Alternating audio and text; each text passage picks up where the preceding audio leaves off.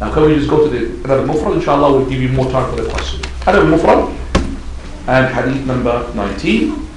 After we have started with the chapter, قال الإمام البخاري باب يبر والديه ما لم يكن معصية.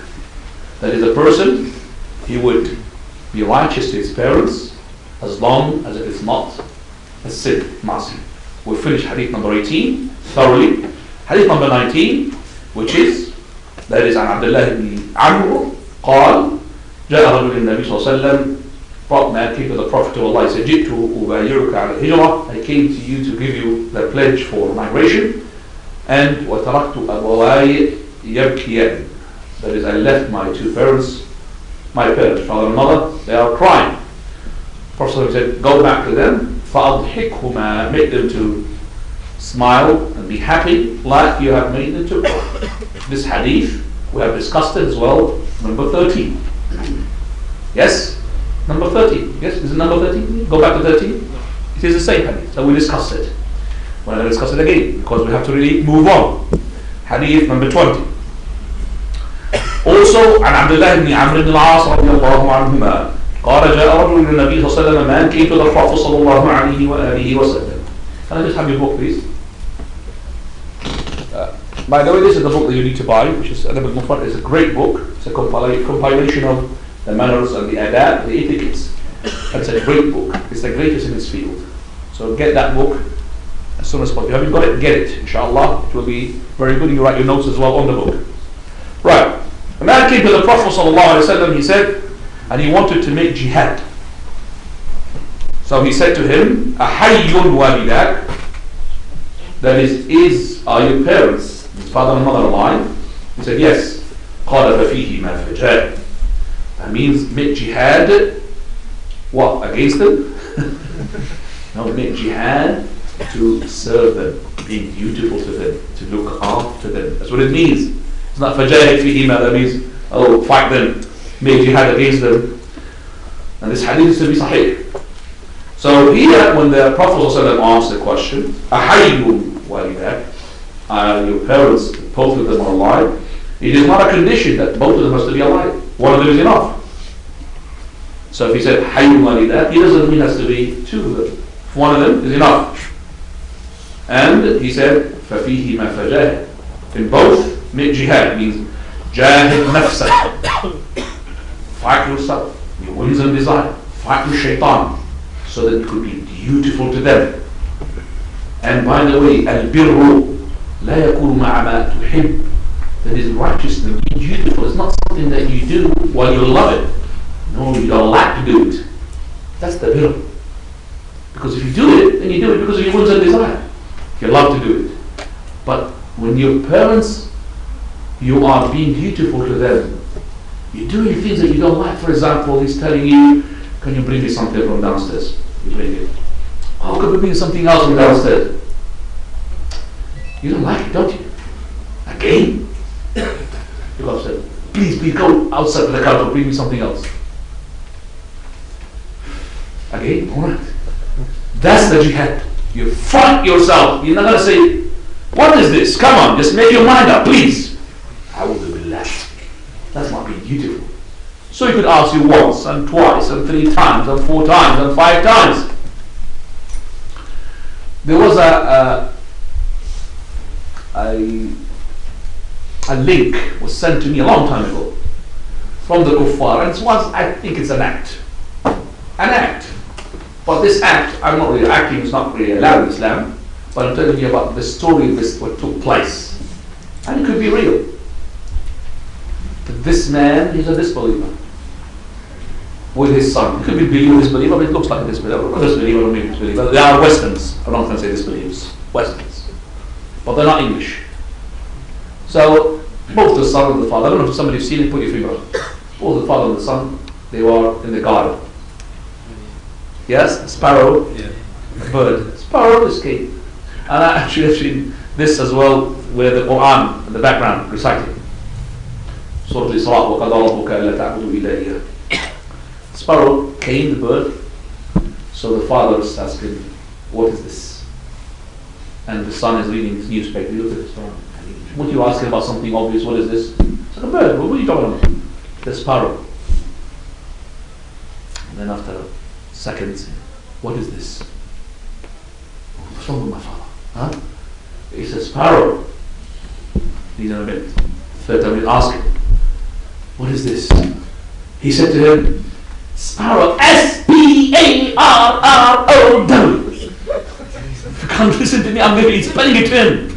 A sparrow, what is this? And what's it? Then the father leaves. And then he goes to the room and he brings his diary.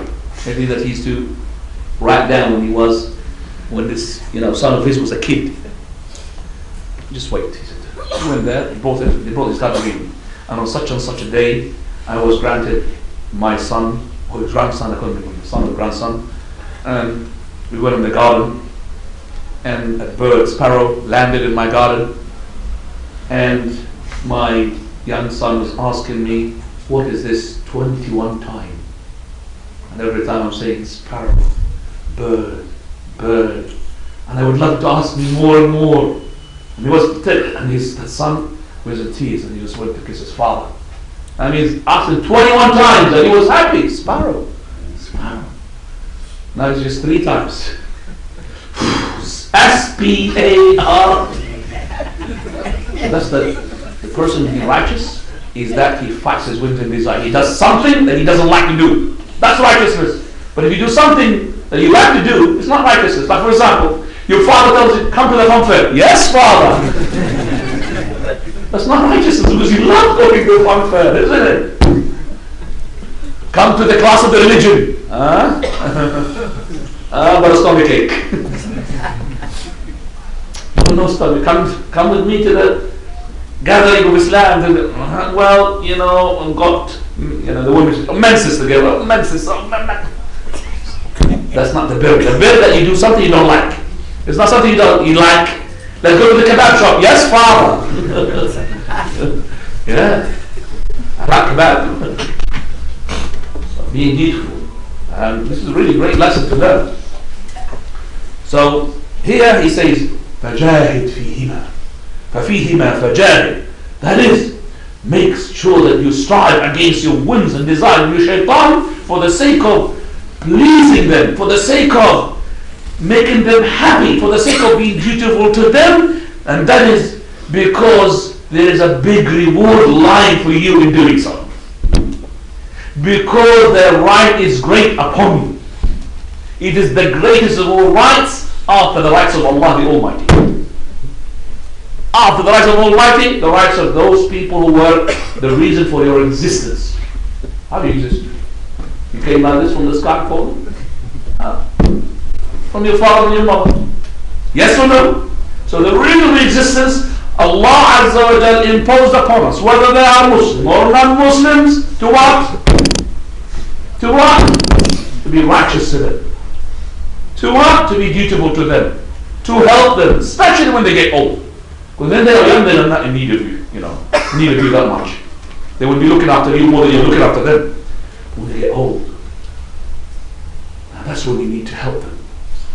That's you need to give up your meetings with your friends and your leisure just for the sake of sitting with your parents, staying with your parents. But you have to be as well just in terms of, let's say for example you have your wife and you want to live with your parents, very good, and your wife has to live with you whatever you want. But to make your wife to be the servant of theirs, no, it's you that's the servant. If your wife wants to serve them out of her good willing, jazakallahu khayran, no problem.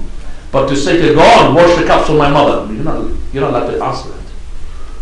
You're not allowed to force her to be you're allowed to force her to do something for you, your own self as a husband, but not to somebody else. You can't. You could employ her, for example, I'll give you £20 a month, £20 a day, whatever. Look after for mom, father, mom, but you are the one to look after them. It's no problem. So don't do that at the expense of other rights. Now coming to the other chapter. Reading here. Sorry, have you got English? You haven't got English book. Alright. You can download it into your later on, inshallah. Download it, inshallah, Hassan, so you can hear from me. Right, I would like translation, would have been better for me, that I could really go quickly. So, Bab, go on, chapter? We are in chapter 10. Chapter 10.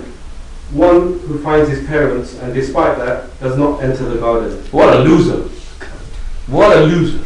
Does not enter the paradise. His parents are alive. He is alive to witness that, and he does not enter paradise through them, through being righteous to them. He's a loser. You've got the biggest reward with you to maximize your rewards by being righteous to your parents. If you don't enter paradise, you're a loser.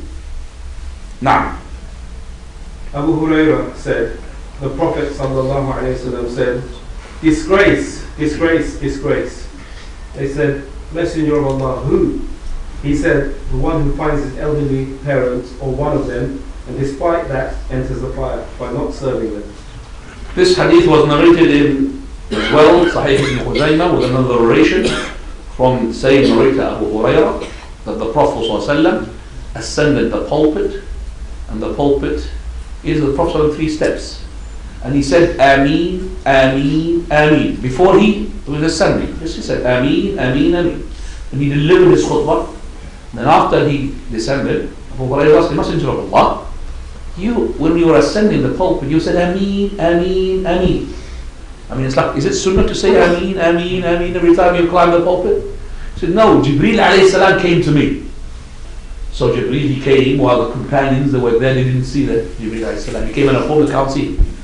And he said to the Prophet sallallahu alayhi wa sallam 3 things. And everything that he says, he would say what? Ameen. A person man adraka Ramadan. He is a person who lives to witness Ramadan, and he does not secure himself a pardoning bu'dallah, disgrace to him. Say Ameen. I said, oh Allah, Ameen, oh Allah, grant it. So the person, he lives to witness Ramadan, and he does not secure himself a pardoning by fasting Ramadan, making the night qiyam of Ramadan, then he's a loser. May Allah disgrace him. He said, say Ameen. I said, Ameen. A person whom his parents or one of them is alive, and he does not secure himself to go to paradise, and then he enters the hellfire, then disgrace to him. Say Ameen. I said Ameen. And a person whom your name is being mentioned and he does not say sallallahu alayhi wa ala alihi wa sallam. And I'm saying yes, sallallahu alayhi wa ala alihi wa sallam. You know that? Because some people say sallallahu alayhi wa alihi wa sallam. They say sallallahu alayhi wa ala, which is mentioned by the Prophet sallallahu alayhi wa ala. And if you say that, say it as well with a loud voice in front of the Shia. Because the Shia say you have separated between the Prophet of Allah and his al with ala, then disgrace to you. You are not making, those are equivalent to the Prophet of Allah. So definitely you say sallallahu alayhi wa ala alihi wa sallam, you're not a Shia. Say you're a Sunni. Alhamdulillah, I'm a Sunni, yes. And I'm boasting of a Sunni. Sallallahu alayhi wa ala alihi wa sallam. Going back. So, the person whose name is being mentioned, and he does not pass salutation upon you, sallallahu alayhi wa sallam, disgrace to him. Bu'dallah. Ameen. I said Ameen. So this hadith tells us a number of benefits. That the person, he could secure himself by pardoning, could secure himself paradise, he could secure himself not to get into the hellfire through being righteous with his parents. So if you happen to have your father or your mother alive, or both of them, don't hesitate whatsoever to do as much as possible to please them, so that you could please Allah subhanahu wa ta'ala. But be careful that when you please them, in your intention you want to please who? Allah. I'll tell you why. Because some of the children being righteous, he wants to please his dad so he could buy him a car later on, or give him a mobile, iPhone 5. Isn't it? So he's being nice to them. As soon as he gets the iPhone 5, bye-bye. No good to his parents. So be careful as a son that you are, when you're doing something to them, being righteous to them because you want to please Allah. It's not because you want to please them so that you could then you make a riyah. Because if you do so, you lose them and lose Allah. If you do that, you lose them, because they're going to find out. So you'll be righteous to me as soon as you've got the house and the car, that's it. You lose them. And then you lose Allah Azza wa Jalla, because Allah knows what's inside you. If there's anybody person who does something for the sake of other than Allah, Allah will say, go to that thing whom you sought his pleasure. Let him give you, will grant you paradise. If he can. He can't. So be careful. Dutifulness, being righteous, is only to your parents because you want to please Allah subhanahu wa ta'ala. Now read hadith number 22 please, and the chapter. Chapter 11.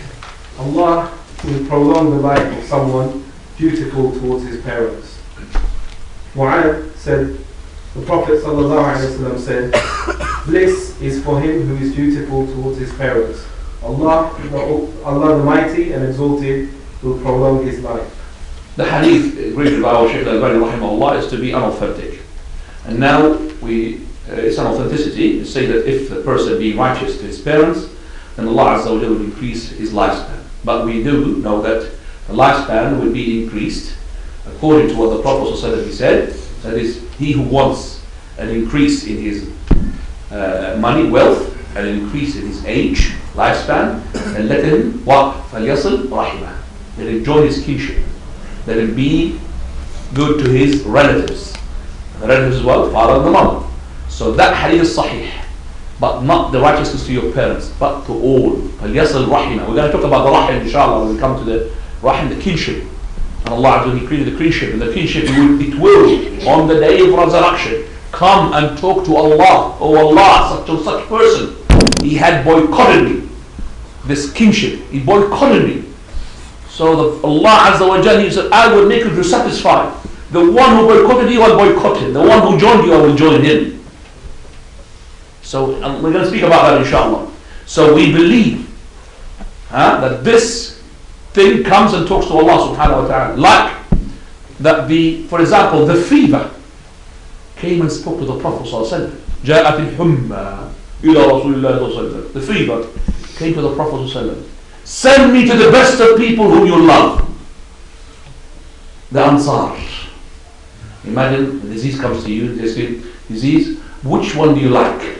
So I could really strike him with this disease. Do you want the disease to happen to your father and your mother?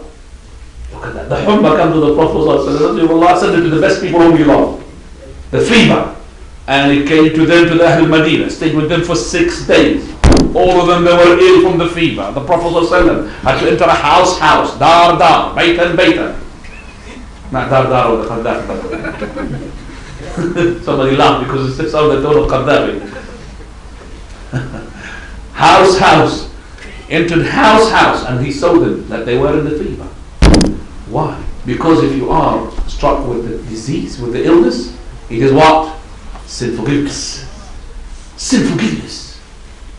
So the Prophet ﷺ asked for that fever to come. Allah even sent Jibreel with 2 diseases with him. Either the plague or the fever. Which one do you want to choose? He said the fever. And the plague was sent to Bilal al-Sham. And the Prophet said the plague is shahada in my ummah. It is what?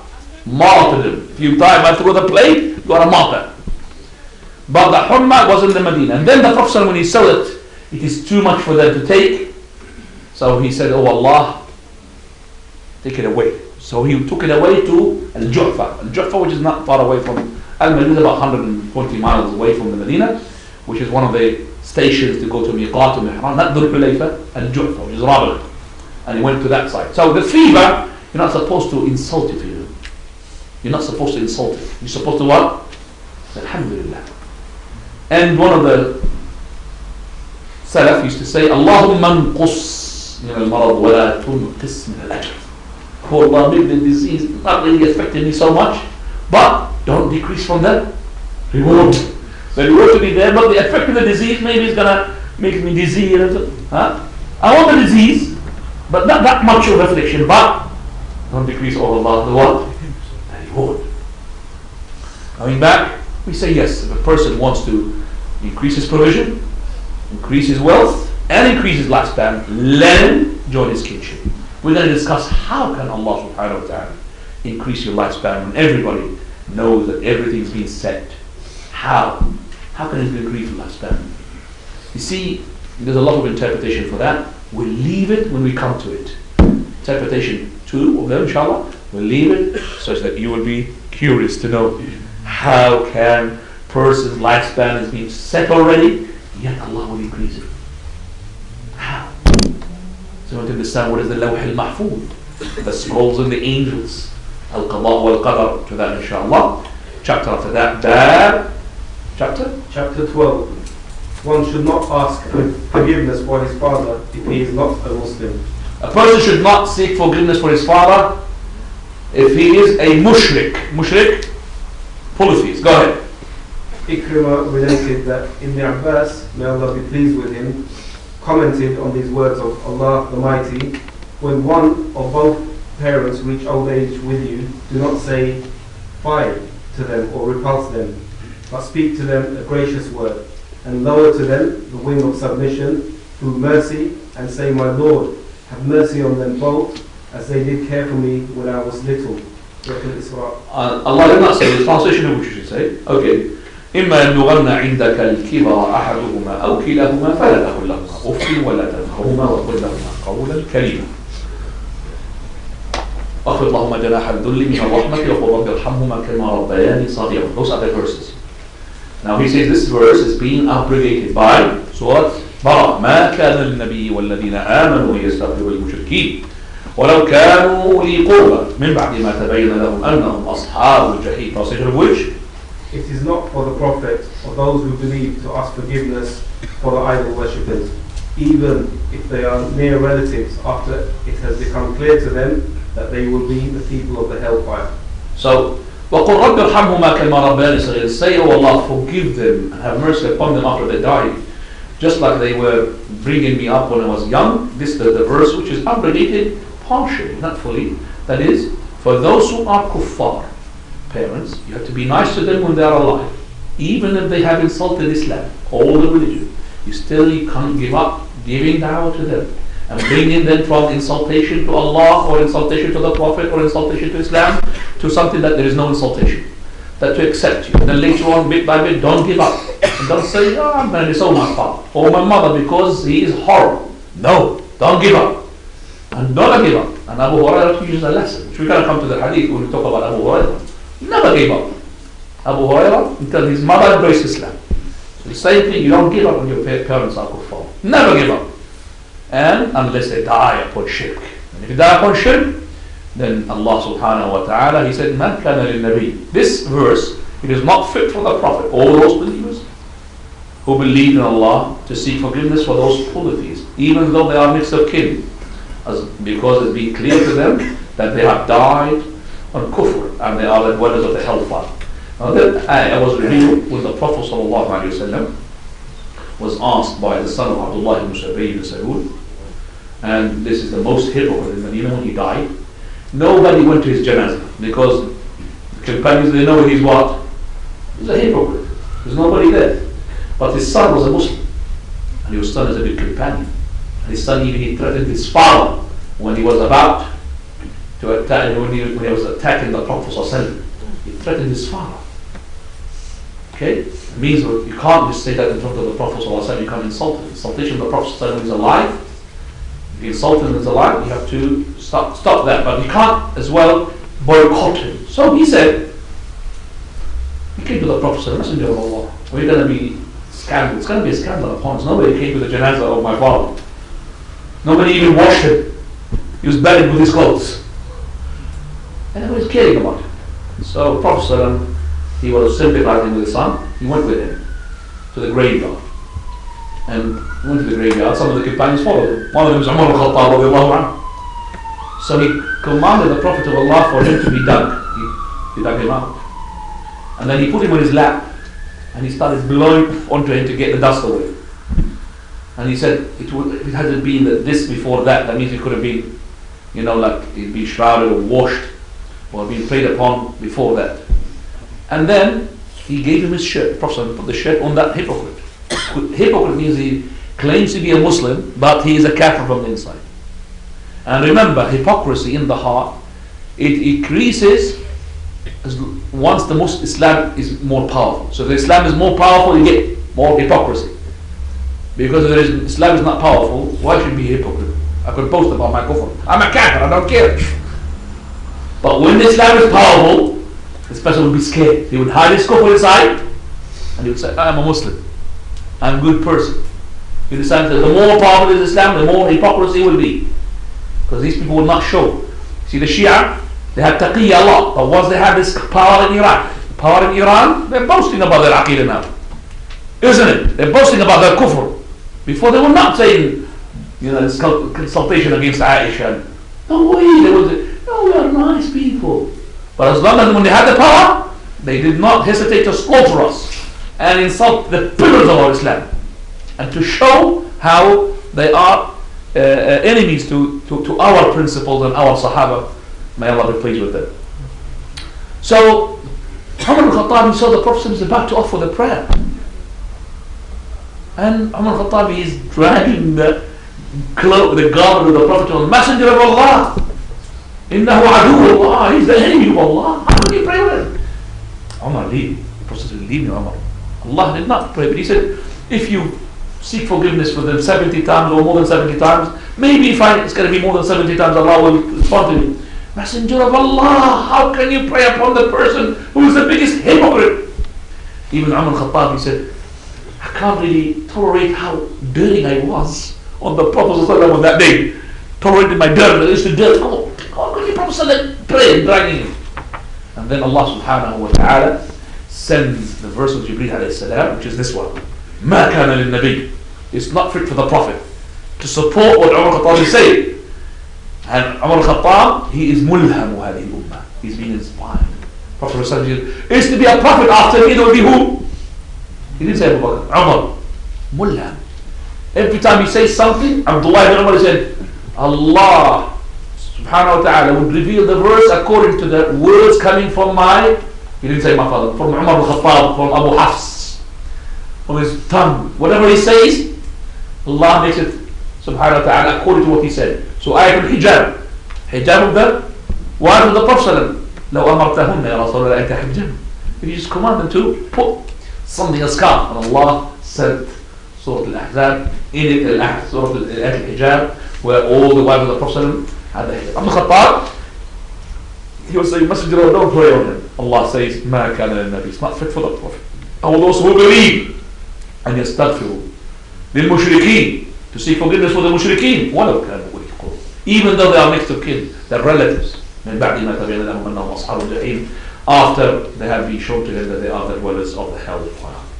Now we stop here inshallah. Hadith 24 is a long hadith, Hadith Sa'd ibn Abi Waqqas, which has got lots of explanation. Maybe it takes one lecture its own. So I'll leave that inshallah for next week. If you have any questions, go ahead. Come on. Regarding the fever, so why, like these days, if someone is struck with fever and stuff, is it possible, like, should you not take medication to see the fever taken, or is it allowed to take medication? Right. Somebody is struck with a fever. Should he take medication? Yes, take medication. It doesn't mean that, oh Allah, strike me with a fever. But we need to differentiate between two things. Seeking the supplication of someone, seeking the ruqya of someone, and seeking medicine. If you're seeking medicine, Prophet said, Ibadallah tadawaw. Seek medicine. But don't seek medicine through haram. Seek medicine. Seek a physician. Prophet ﷺ, when he was ill, when he was in his fever, just before, 5 nights before he died, قال حديث فألدوه, they put medicine in his mouth for the fever. So he had medicine himself. He never said, take the medicine away. No, you should treat yourself. Because if that disease, you know if you don't treat it, it's going to affect something which is more, then you are committing suicide. So if you don't understand that if you don't treat a specific symptom that you have got, it would lead to a cancer in your heart, then you are تلقي بأيديكم ولا تلقوا بأيديكم إلى التهلكة. Don't throw yourself into تهلك. تهلكة means like you're killing yourself. Don't kill yourself. ولا تقتلوا أنفسكم إن الله كان بكم رحيما. Don't kill yourself. And that is why one day one of the companions, and it's Amr ibn al-As radiallahu anhu, he was in a journey and he was on janazah, and he was the leader of the prayer. But the cold water was really too much cold for him. So he made what? Tayammum. He did not have a shower. So he led the companions. Then it was reached the Prophet ﷺ that he led them with tayammum. He said, why you didn't use the water? He said, Messenger of Allah, it's a bit cold. And Allah said, وَلَا تَقْتُلُوا أَنفُسَكُمْ, don't kill yourself, for Allah is merciful upon you. The Prophet laughed, smiled, and his consent from him. It's like using the cold water with the shower. It's going to really hurt you. So no problem, have a tayammum. So we say to the person, you're not allowed to harm yourself. لا ضرر ولا ضرار. You should not harm yourself or cause harm to others. لا ضرر ولا ضرار. But at the same time, don't complain against the destiny of Allah. Why is it me, O Allah, with the hurba, with the treatment? And it is not favored that you seek somebody's dua. You get patient and plus seek medicine. Don't seek as well ruqya, because you'll be outside the 70,000 who will enter paradise without punishment and without reckoning. For verily a woman, she's Zufar, black woman. She came to the Prophet ﷺ. She said, Inni usra, I got epilepsy. She said to him, call Allah, that Allah will cure me. You know, epilepsy is in two types. Epilepsy which is in the physical, and epilepsy which is in the what? In the spiritual. Physical, you know the physical epilepsy, that the damage into your system, which is to do with your brain cells, that would result into you being fainting, unconscious, or resulting into as well that your limbs will be stiff, can't move. That's epilepsy. The spiritual one, which is a possession of just from jinn. كما يتخبطه الشيطان من المس. Those people who eat riba is like the person is being possessed by jinn, and he's possessed by the jinn. So epilepsy by the jinn. So she came to the Prophet and asked him to be cured. Make dua for me, Messenger of Allah. قال إن شئتي دعوت وإن شئتي صبرتي فلك الجنة. If you wish, I will make a supplication, and the supplication most likely will be fulfilled. Or if you wish, you be patient, and you guarantee paradise. لا أجعل الجنة خطرا. I'm not going to make paradise as a gamble. I'm not going to gamble. This is paradise. I want it. Leave the epilepsy, Messenger of Allah. And so she's about to leave. She said, Messenger of Allah, but ادعو الله ألا تكشف. That when I get this epilepsy, you know, she falls, for example, her garment will go up, people will see her leg, so she will be naked. Just make sure that Allah make dua that when I have this sit-in, that I will not be naked in front of those people not allowed to see me. So he made her the dua for that, and she was patient. But she doesn't mean patient that I don't really go and seek medicine. Be patient for the dua, because you want to have Allah's qadar. But at the same time, He's told you to have the medicine. Ruqya, you should not ask for ruqya. But a person offering ruqya, don't say, don't give me ruqya, brother. No. Because the Prophet accepted the ruqya from Jibreel alayhi salam. And Prophet sallam, he had this given ruqya to other companions. But you asking the ruqya is no good, because then you are outside the 70,000 will enter paradise without punishment, without reckoning. And the person needs to know that the Prophet ﷺ's companions, they were struck by a number of illness and diseases, and they were patient. And even the Prophet ﷺ told us about people who used to have poverty, and they used to be happy with that, just like we are happy with the wealth and the money. But it doesn't mean that you ask for poverty. Oh, Allah give me poverty. For Umar Khattab, he said, if poverty was a man, I would have killed him. If poverty was a man, I would have killed him. But never if oh Allah give me poverty. But if you are poor, Allah destined to be our poor, don't despair from the mercy of Allah. Don't object on the rule of Allah. Don't say, why is it me, O Allah? Be patient and say, Alhamdulillah. These people will be happy. I don't know, I'm poor. I'm trying to sell my thing, but they're not sold. I'm trying to get my job, I can't get a job. Are you poor? So don't say, why is it? No, be patient. Sufis are always, oh Allah, make me poor. Oh Allah, give me animals. Oh Allah, give me lice. That's not really right. Who can guarantee for yourself that you became poor, that you're going to leave Islam? Who can guarantee for you? And finally, I will just tell you that I have received a link of an email on YouTube, a person with a sheikh, brother, student knowledge, and he's from, I think, Bahrain, and made me, subhanAllah, in tears, just to show what poverty would do. The title of it is Zaniya Abkati. A fornicator from women made me to cry. I don't know if you saw it, Anybody saw it? Yes, yes? In Tunis, very good. Tunisia. Did the dream? Sisters got questions, please. Can you get questions? This sheikh, he went to this brother. He went to Tunisia, and there is houses full of prostitutes. Prostitutes, openly. I never knew about that. I used to hear about it. Couldn't believe it. That's the women prostitute they could go and choose in a Muslim Arab country, and still after what they call liberation. Liberation, what type of liberation is this? After all that, we got prostitute. So this sheikh came in, and then, of course, they don't show the women, but one of them I saw her with a hijab. And the sheikh is coming, fear Allah, how can you sell your body for the money? Because they're poor. How can you do? The free woman, the good woman, she will not sell her body even she has to eat the sand. She will not sell her body for the sake of the money. No one will do that. And he was speaking to them, and one of them, she broke into tears. And they were showing half of her head from the back, and she had a scarf on. The person had a scarf on. And she said, Wallahi, I don't know what I'm going to show my face with Allah. I don't know what to do. I don't know what to do. I don't know what I'm doing wrong. And she started crying. I don't have money. I can't eat. And then the sheikh started calling upon these people who are rich in the Gulf. Where's your money? Where's your money? Instead of bringing it to this country and gambling and bringing it to such and such country. And where is it that you are building so much projects in non-Muslim countries instead of investing in our lands? They're the Muslims.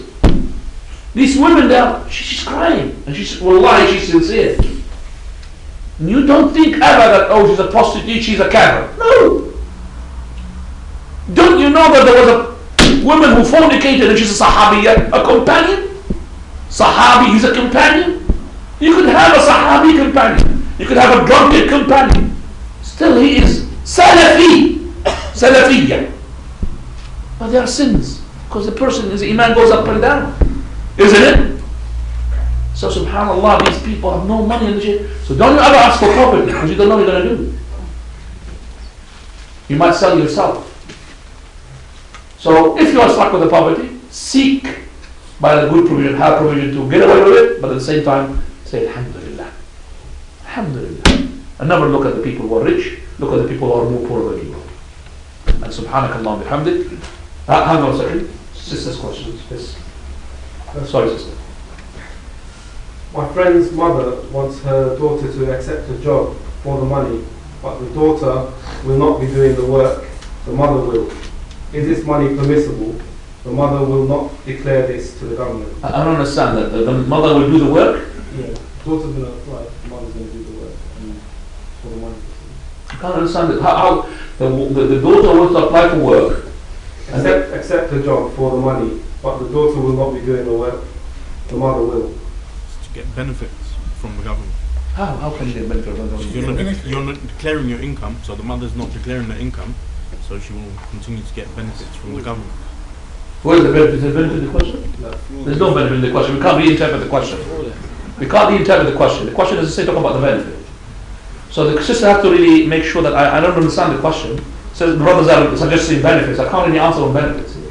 I was answering the question. The question is not clear. The question did say something about benefit, didn't it? He said it's not going to declare to the government, so it doesn't. Yeah, basically. Declare to the government, it's not to do with the benefit. Declare to the government that why is the mother wants to do the work and the sister not to do the work, the daughter? You receive the benefits from the government, from the state. She's not going to declare that she's working. Because you know when she declared that she's working, she will not receive money, some income. So what about the daughter? She will not receive benefits as well. You understand me? So what? Doesn't the mother and the daughter would receive benefits if they don't work? I'm asking. So one of them can lose the benefits. I can't understand where is the catch here. But anyway, no conning. That's the reason. The answer. Go ahead. I can't understand the catch here because both of them they are claiming benefits. She will lose benefit or her will benefit. So why is the mother she would? And the daughter might be studying, so she's not receiving benefits. It might be, what daughter should be what? She might be studying or something Studying. and not receiving benefits. Clear, inshallah. No conning, please. No conning. And any benefit question or anything like this, if you please come and ask me privately. I want to know your case because not every case is the same. All right. Conning in general is haram. Suht. Now. Can you ask your mother to cook for you?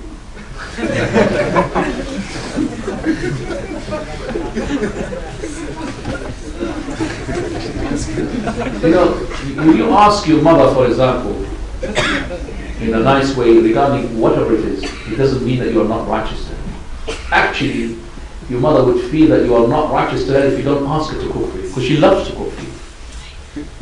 So if you're gonna not ask her to cook for you, she would say, "What's wrong with you, brother, my son? Isn't it? What's wrong with you? Why am I asking you? Why you don't like my food?" So, but this way, cook for me. That's good. If you don't cook for me, I'll never go to the restaurant. That's not good. But she will cook for you, of course. So you are coming during the night. Oh, dear mother, I'm hungry. So straight away she will know. Even you don't have to say I'm hungry. I've got some sound in my stomach. Straight away she'll understand. And the mother, she will do more than the wife, you know that. She will help you more than the wife. She will wake up for you 2 o'clock, 3 o'clock in the morning. While the wife might lock the door on you. You do it again and again. Lock you out. Nah, we deserve it. Nah. Can you ask your mother to stop something she loves doing? For example, looking after the grandchildren full time. However, she experiences difficulty in doing so. But when I tell her to do so, she gets very upset and angry at me. What do I do? Don't get your mother angry whatsoever. You could, if you think that this is going to be causing health problem to her, then you have to explain it in a different way. Maybe another mother like her, another old person, because old people will listen to old people. You're going to be a kid, small kid to her, regardless how old you are.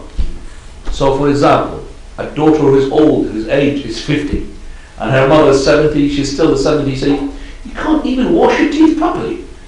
The 70 say to the 50, she's still the 50 is what? She still can't use the toothbrush properly. You can't even cook properly. You can't even do your bed properly. She's 50 years old, that woman. Because it's a kid. You as a father, no matter how you grow up, your child is a kid. No matter how much he grows up, he's a kid for you. So you have to really understand that. So I would say to the sister, please make sure that you do not make her upset. Now,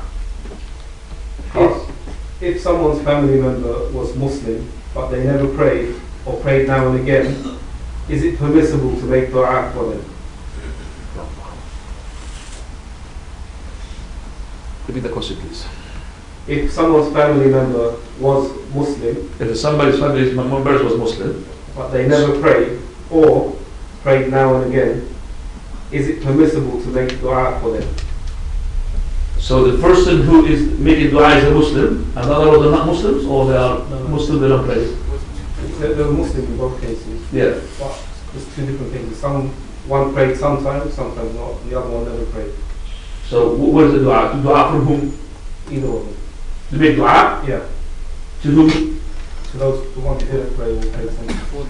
You make dua outside of the religion. You make a dua for them. Yeah, no problem. You make dua to any Muslim.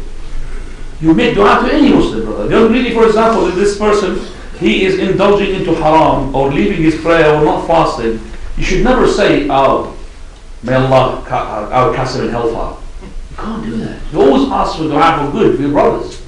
Oh Allah subhanahu wa ta'ala make him, pray. Oh Allah subhanahu wa ta'ala make him to fast. Oh Allah subhanahu wa ta'ala help him. Abu Hurairah radiallahu anhu, his mother is Christian. And she never gives up. She said something regarding the Prophet ﷺ in Islam. He was crying. The Prophet said, Messenger of Allah, my mother, she says something against you. Make dua to her. Say, make dua. He goes back. She's closing the door. She's having a shower. She's about to open the door. Don't open the door, Abu Hurairah. I'm not dressed up yet. He finishes the shower. The ghusl comes out. Ashhadu an la ilaha illallah. Ashhadu anna Muhammad Rasul.